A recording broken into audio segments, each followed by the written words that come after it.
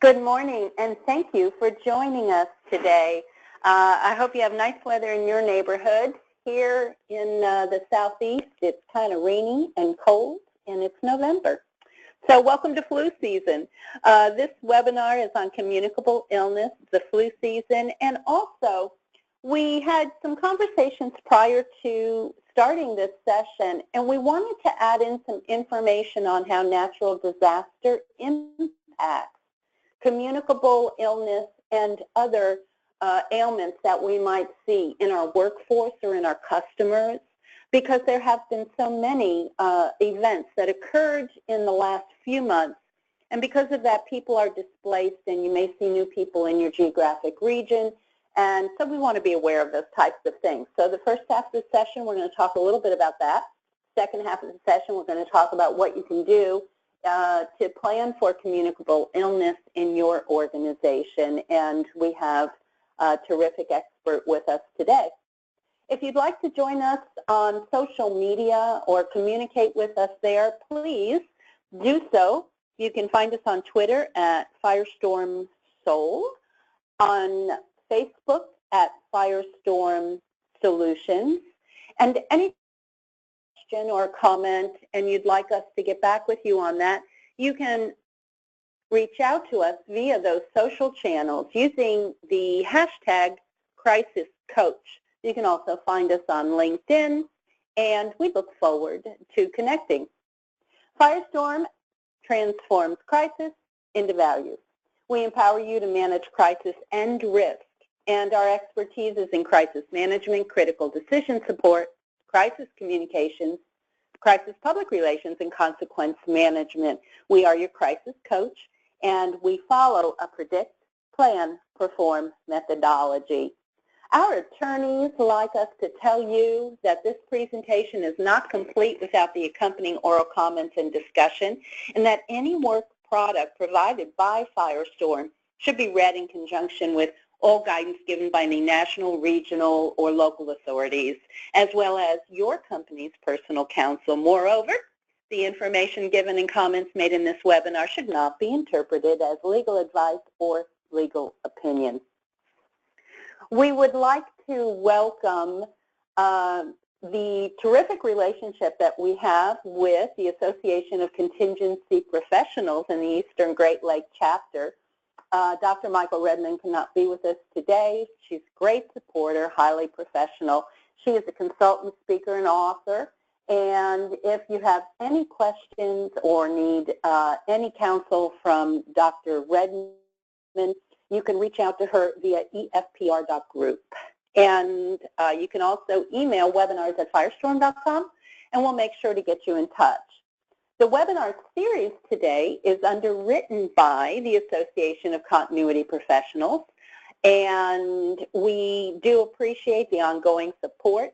I believe we're in our third year now. We have a great relationship with y'all in upstate New York, and so thank you so much for joining us today. For those of you who are not members of this particular group, please do visit the website, learn more about the Association of Continuity Professionals, and again, we thank you. You can catch up with us at firestorm.com, watch past webinars, register for future sessions, read our blog, do all kinds of fun stuff, and thank you for your participation. That's it for the advertisements. I am Karen Masulo. I'm our Chief Intelligence Officer. I'll be moderating our session today with Ken Mercer. We have a special reason for wanting our principal in Maryland to join us today. Ken has a very specific area of expertise. So Ken, would you like to introduce yourself and talk a little bit about why you are joining us for Communicable? Good morning, Karen. Thanks for allowing me the opportunity to talk to you today. I am a graduate of the West Virginia University School of Pharmacy. So I am a licensed pharmacist in 3 states, but practice in Maryland. I live in Baltimore, Maryland. I have 3 kids and 2 grandkids. In fact, one of my children is my Firestorm business partner. So some of you may have interacted with Ryan Mercer over the phone in the last few years.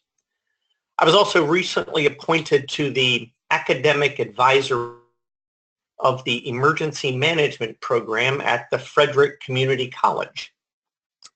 They offer a 2-year associate's degree in emergency management. They have both traditional on-campus and online programs. So if anyone is interested in that field of study, I'd encourage you to check them out.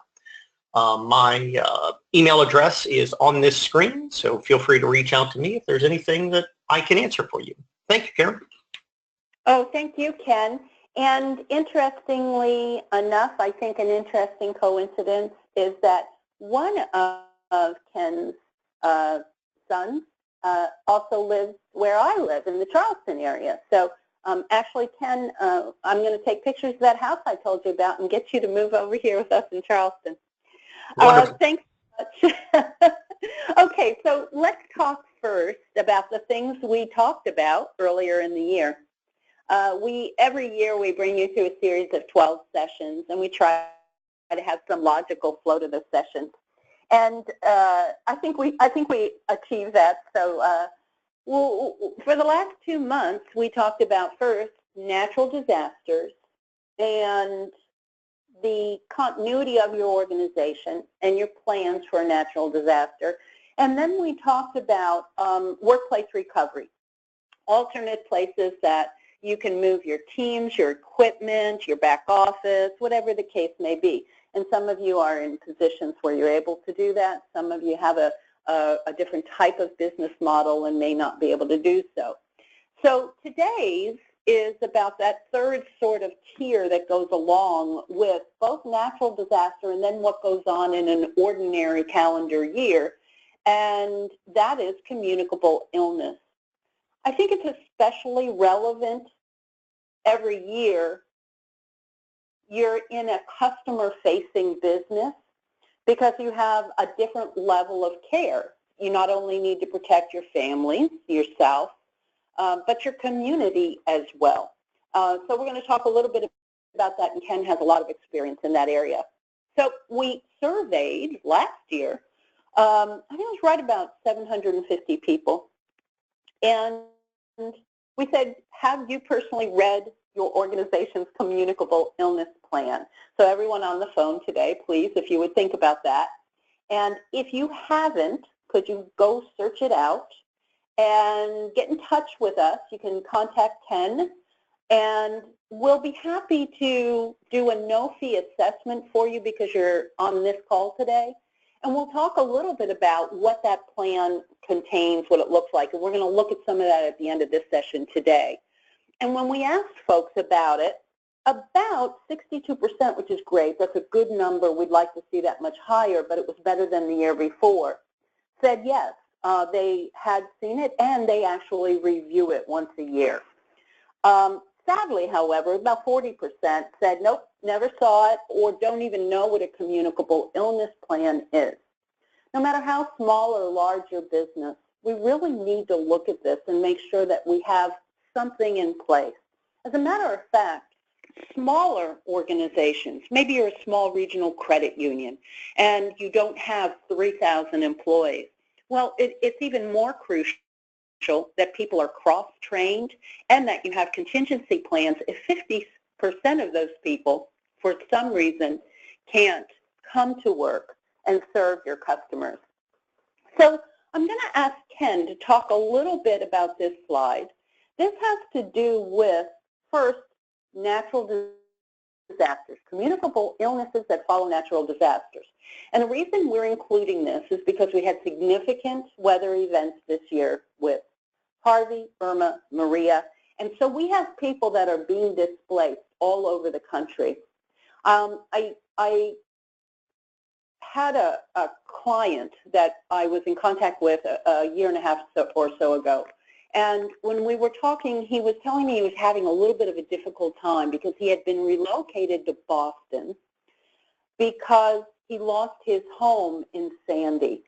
And his company was really trying to work with him, and they relocated him to a different position in the same company, but he had to move to Boston. He had to move his family to Boston. And it was a completely new area. He wasn't happy. He wasn't near family and friends. He had been in the New York area for 22 years, and he was really missing the environment.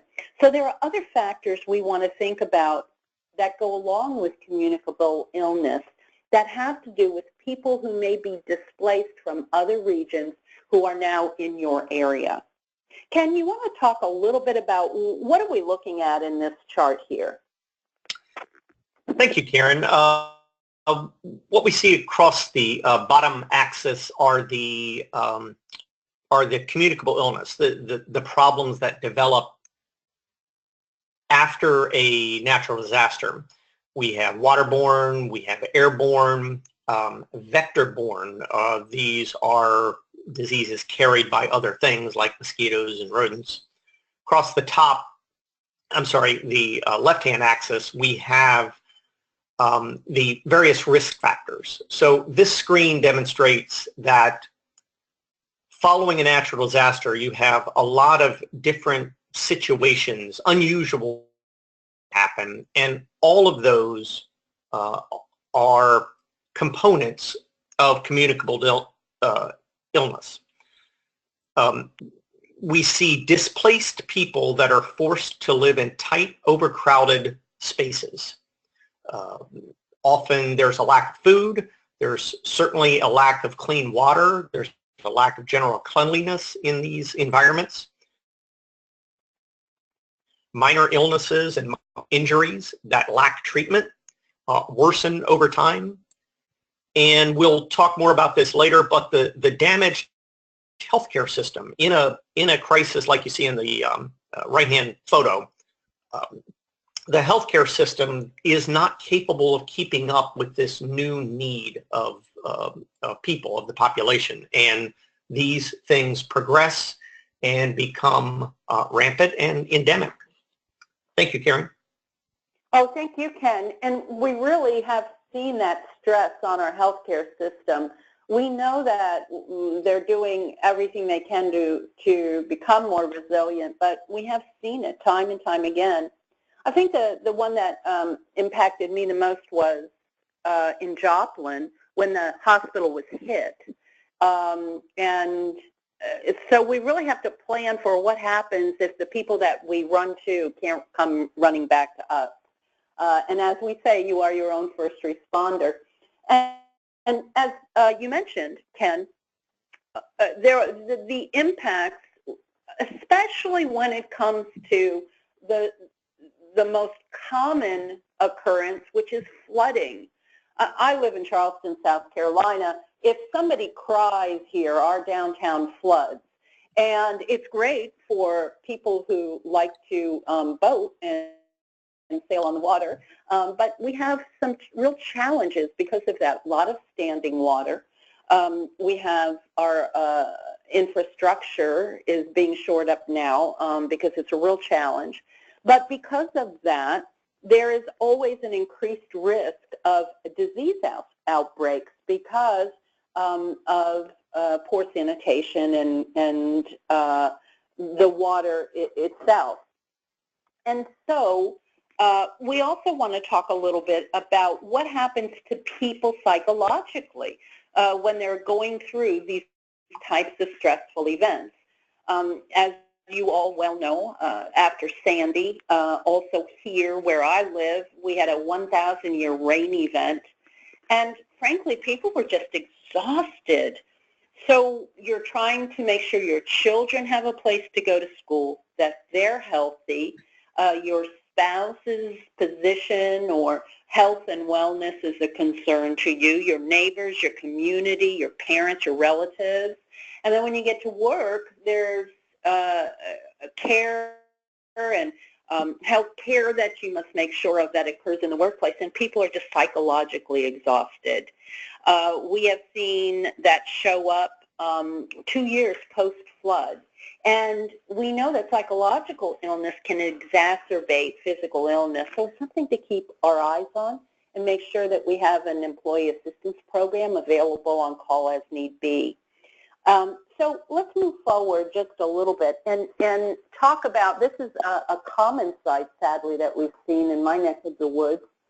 And let's talk just a little bit about what happens when we have significant events, and not just about the water, but Ken, you have some great points when it comes to some of these little critters that might be occurring, especially after a water event. Thank you, Karen. I want to talk a little bit about mosquitoes. And Karen, go ahead and move to the next slide. These are images of, when I see these images, I think of varmints, rodents, mosquitoes, molds. Mosquitoes have been called the deadliest animal in the world because of the diseases they carry. Mosquitoes kill about 1 million people in the world annually. About 1/2 of those deaths is due to malaria. And while malaria is not prevalent in the United States, floods bring mosquitoes. Floods are 40% of the natural disasters in the world. So far and away, the most common natural disaster is the flood, and you see images like these. A can of insect repellent in your go bag is a great idea. On the right side image, I think of molds. What I see is trash piled. It's probably wet. And molds bring particular problems for those that suffer from respiratory illness, asthma, and chronic obstructive pulmonary disease. It just makes breathing difficulty. Karen, that's it? And well, let's walk into, when we talk about that and breathing difficulties, we had some significant wildfire events occur across our nation this year. So I also want to talk about the care that needs to be taken when we have either a significant wildfire event or an air event. In Hurricane Harvey, there were not only the impacts of this 5 feet of water, but we then had industrial facilities that were either leaking chemicals or fires as a result of not having the normal oversight because people had to evacuate the areas. I mean, just a wide variety of impacts that occurred. So there are significant airborne pollutants that we need to be concerned about as well. And so we have vulnerabilities when we have smoky conditions or other issues in the air. Certainly young children, the elderly, anybody with lung or heart disease, as Ken mentioned, are going to be especially vulnerable. And we want to make sure that we have medications readily available in an event, oxygen, portable oxygen for those who may need it. So really plan that in your own families. And if you plan it in your own families, if you help your employees plan in their own families, they're going to be more resilient when it comes to helping you keep your business running, either during a significant communicable illness event or a natural disaster event that has communicable illness repercussions. And you can help them do that. I think most of you know we have a book available on our website, Disaster Ready People for Disaster Ready America. You can download that for free by going to firestorm.com under resources. We have a few other things for you at the end of the session we'll talk about that you can also give your employees and help them to be a little bit more prepared as well. Additionally, we want to take care when there are air events occurring that we're cautious inside our homes. So when smoke or air events are going on around you, don't use anything that burns internally, candles, fireplaces, gas stoves. Don't vacuum. It stirs up particles already inside your home. I'd be happy never to vacuum my home again. And certainly if you smoke, quit. And I believe the Great Smokeout is coming up, so if there's anybody on the call that decides to take up that challenge, good for you. Go for it. But don't smoke. It puts even more pollution into the air, and we don't want to see that happen. Ken, do you have any other points on this? No, Karen, you've covered these points. Thank you. Great, thank you. We've really covered this area about natural disasters, and let's just summarize that we know when there's a significant natural disaster event, we're going to see an increase in certain types of injuries and illness.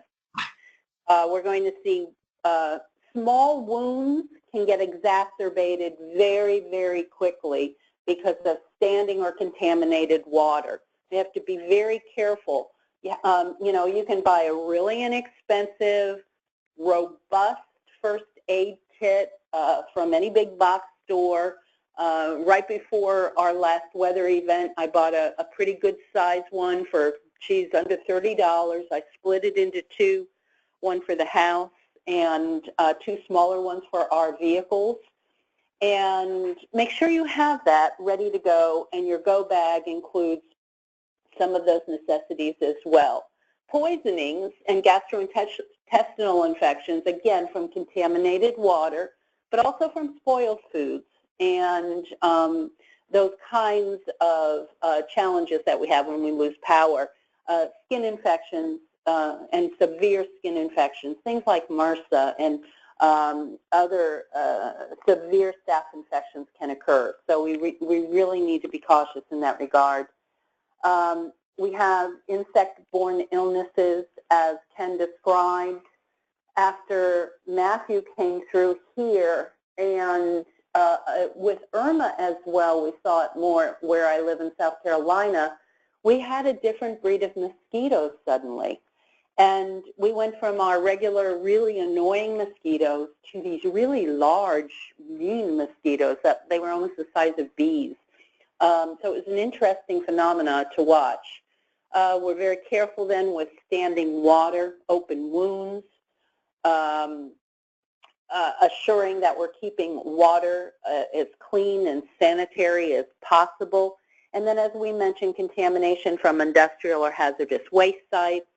And remember, when we have a higher density of people that may be crowding into shelters, or once they've been in the shelters are now being displaced or relocated to different geographic areas, that can cause challenges as well. So we want to keep our eye on that. And we know our kids in school are going to be some of the first indicators that something's going on. I want to close this section up by just showing you this image.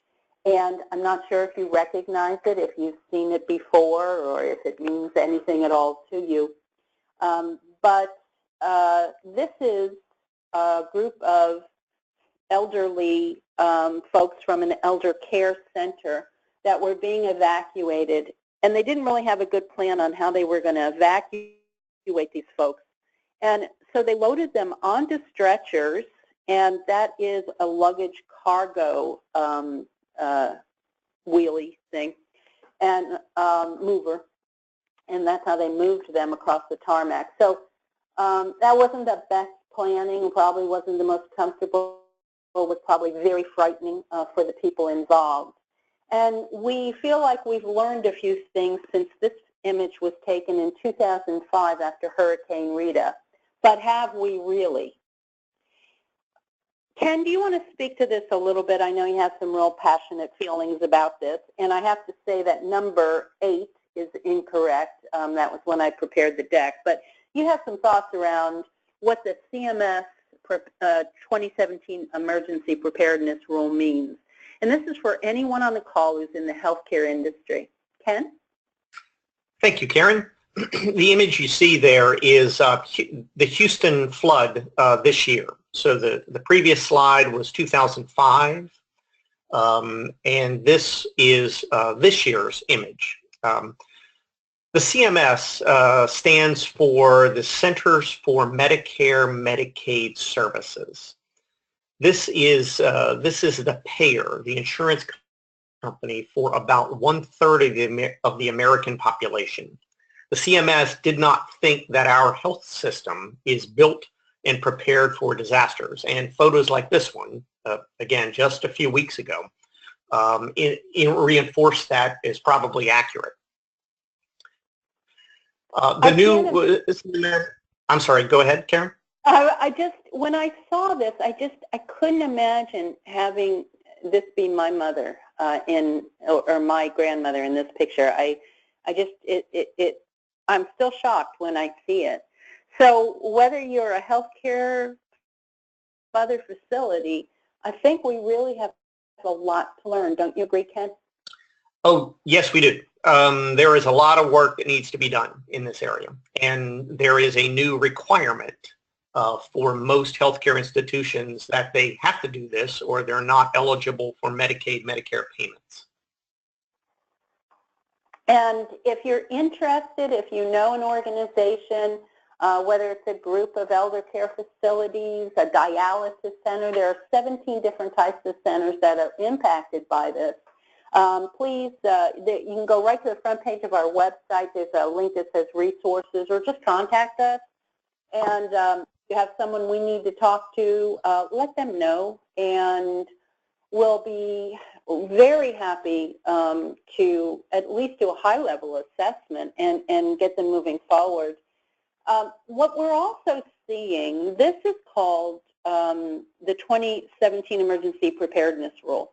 We are also seeing another one evolving out of California that is around the area of workplace violence, not only in the healthcare industry, but we're seeing in other industries. As you know, Firestorm has a very robust program called Behavioral Risk Threat Assessment. We've been addressing this issue for the past 6 years, and we are seeing it start to become a law. So look for that to evolve, and you might as well get your resources ready. Whatever type of business you are, we are seeing more and more of regulations saying this is what you must do to be prepared. So let's talk a little bit about communicable illness, shall we, since we're here. We want to plan for a communicable illness event. Think about what kind of business you have.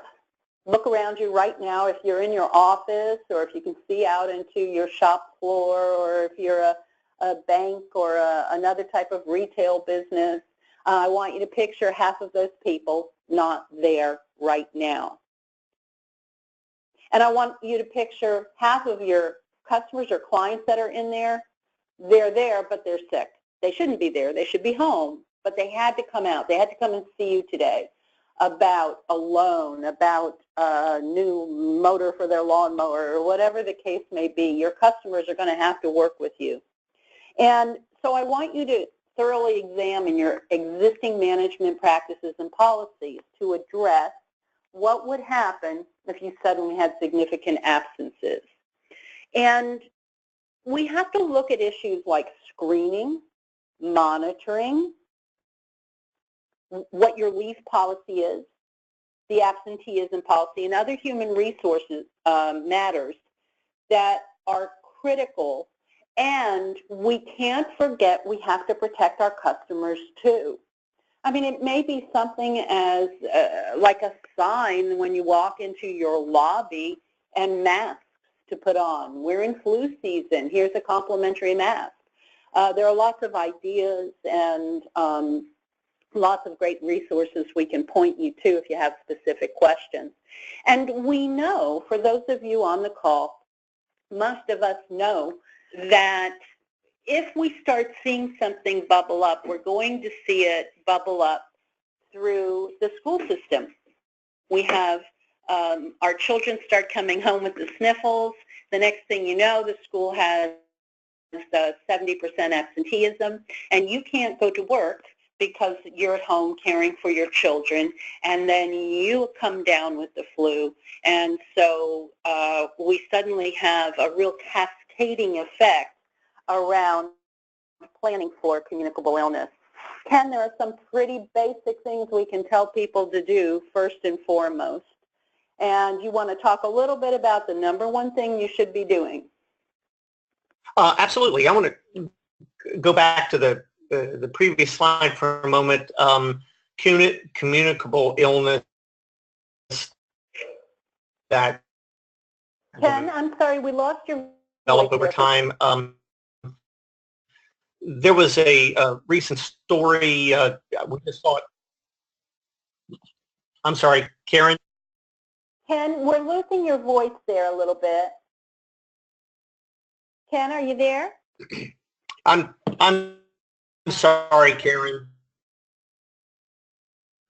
I'm having a little trouble hearing you. I am here. You want to try one more time, Ken? I am sure what the problem is. Everything's failing. I'm sorry, Karen, is this better? That's a little bit better. Go for it.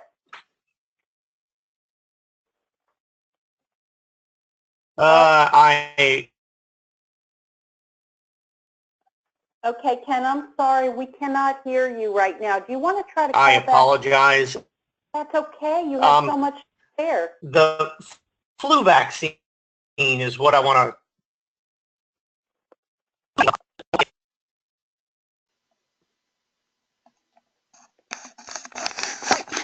Ken, would you try calling in the telephone rather than using your computer?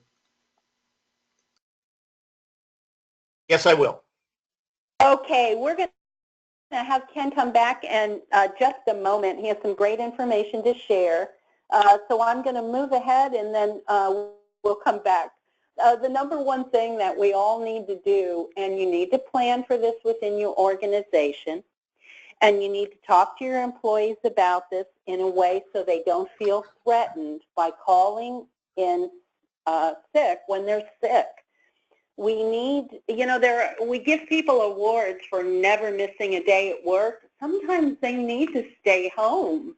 So stay sick and avoid close contact with people who are sick. Ken, did I hear you join us back again? Oh, perhaps not. When you do need to call for sneeze, cover your nose and mouth, certainly with a tissue. Have them all over the workplace, just boxes of tissues all over. If a tissue is not handy, cover your mouth and nose with your sleeve, not with your hand. And along with this, I don't know if it's just me, but have you ever been somewhere and someone was talking to someone on their phone, on their mobile phone, and they hand you the phone to talk to that person, and we all know what the screens of our phones look like if we don't clean them constantly. The same goes for your laptop, your keyboard, your mouse, all of these things that we touch constantly. It is the nicest thing you can do for your employees to have cleaning wipes and lens wipes and surface wipes that are appropriate for electronics around the workplace so that people can get into the habit of keeping those things clean. I had the privilege of caring for an elderly relative for the last 10 years of her life until she was 95. And the most exciting thing was introducing her to not only a smartphone, but we got her a smart pad so that she could play bingo. She really loves to play bingo.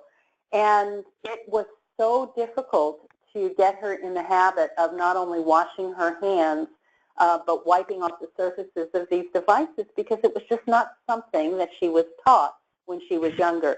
So I think Ken's back with us again, and Ken can talk a little bit about some other things we should be doing. I'm sorry, Karen, technical difficulties. I just wanted to cover the flu vaccine. The most important thing we can do to prevent influenza is the flu vaccine. The 2017-18 vaccine contains 4 different strains of the influenza virus. The CDC frankly tries to make a guess of the flu virus that is going to be prevalent in the United States this year, and they build a vaccine around that virus. If they get it right, then we have good protection. If they miss some of the virus strains that are going to be here, then we have less effective vaccine. But that injectable vaccine remains the best preventive measure that you can do. Thank you, Karen. Ken, I am allergic to eggs. Is there something available for someone like me? There is. There is an egg-free vaccine. There is also a nasal spray, although that is, the injectable vaccine is still the recommended route this year. And you can go anywhere and get this, right? You go to your local pharmacist? Yes, you can. They're relatively inexpensive, and again, I've taken this vaccine every single year for 25 years. And I've met you. You're a pretty healthy person. Thank you. For someone who lives on the water as much as you do, I think so. I think it's really great advice. So we can, just help our employees understand, and we're not going to force anybody to do anything, certainly, but it's a good idea to be diligent in this regard. And please, everyone, washing your hands is one of the easiest and best ways to prevent the spread of disease. Just do it often and with warm water. And I think, Ken, what's the old thing about sing the happy birthday song all the way through? And if you do that, you will have washed your hands. A 20-second wash and scrub is recommended. So that's singing happy birthday, 2 verses of happy birthday. And, if you get an opportunity, those of you who like history, there's a wonderful book that you can look up, do a Google search called The Great Influenza. And it's one of the best books I've read in many, many years. And it just talks about how the most simple step of washing hands changed the history of medicine and health in our country. So if you get a chance, it's a really terrific book. So we've talked about displaced populations, how that can bring a threat. Man-made or natural disasters can intensify the risk of epidemics, as can conditions in overcrowded areas, etc. And to protect yourself against infectious diseases, as we said, wash your hands, wipe down surfaces as often as possible. Make sure you're not using a surface wipe as a hand wipe. We've seen that happen too often. Drink plenty of water, clean, good water. Get your exercise. Eat well. Get plenty of sleep. Wear a mask if you're sick. And as Ken has mentioned, destroy the habitats of mosquitoes and rodents. So standing water, stagnant water, all of these are breeding spots. And Karen, all of those recommendations on that right side are things that are difficult in a displaced population. All of those are problems. Now, Ken, would you like to talk just a little bit about this slide for us, and a little bit about what we're talking about when we do an assessment and look at the minimum resource requirements needed for an organization to continue business? Sure. This is really kind of the first step in helping you decide what is necessary. How many folks would you like to have on site or at home on day 1 after a disaster, on day 3, 7, and 14? At what point, if you can bring in staff, where is the most important thing, the most important point that they be working in? What kinds of things are needed by these folks? If you've got people coming in and you are displaced in a new office, what will you need? Do you need a fax machine? Do you need a printer copier? It's a very detailed way of thinking about how you will bring your business back post disaster, or in a communicable illness, when if 40% of your workforce aren't there, what do you need, where do you need to start that recovery? There's nothing magical here, but we've done this thinking. So we've figured it out. We can guide you through the process. And, you know, Firestorm follows a Predict.Plan.Perform methodology. So we want you to predict the vulnerability, plan for contingencies, and then perform in the actual crisis. Our communicable illness plan addresses all of these concerns, and for contingency professionals, you're more acutely aware of what the challenges and risks are than perhaps others in your organization. So working with, and you know, normally this piece falls onto the human resource folks.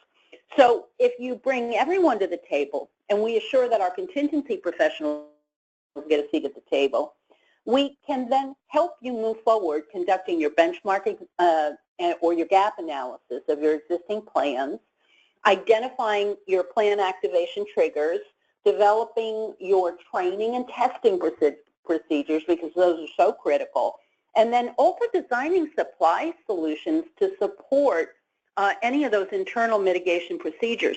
Significantly large organizations may have warehouses full of go bags and cots and porta potties and all kinds of things that might be needed if for some reason all of their employees needed to stay in the facility at one time. But even that has risks that go along with it, right? Because products expire, and we may have damaged goods if we haven't looked at that inventory in a while.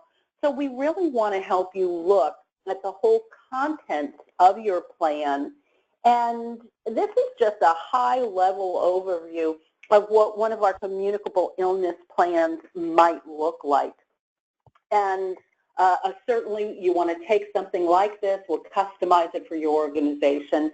And again, you can talk to us for an hour. We're not going to charge you a fee for that. We'll do an assessment with you, whatever suits your needs. Don't hesitate to reach out to us and let us know if you need some guidance or help in this regard.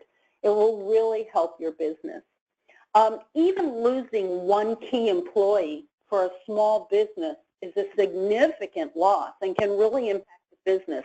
So imagine if you suddenly didn't have 50% or more. Now, there's a couple of things we can do from here.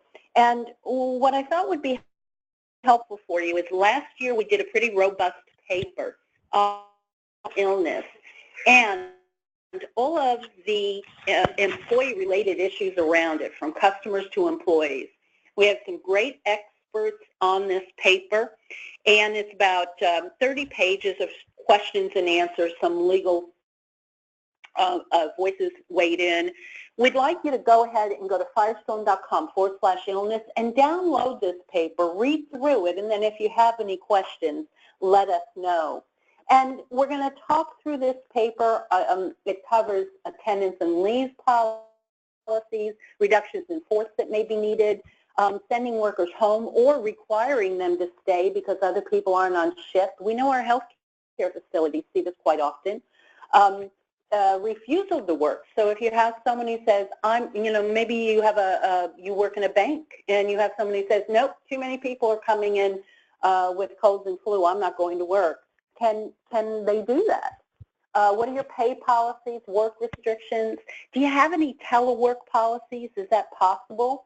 Do your benefit plans have any coverage, EAPs, etc.? So it's a great paper. If you have an opportunity, please do download that. To wrap up, just something to consider. Firestorm, as I've mentioned, works on a Predict.Plan.Perform methodology. And we want you to predict the vulnerability, plan the response, and perform when the event occurs. We want to be there for you. And we want to give our deep thanks to the Association of Contingency Professionals, of Continuity Professionals. Do I keep saying contingency? I do apologize.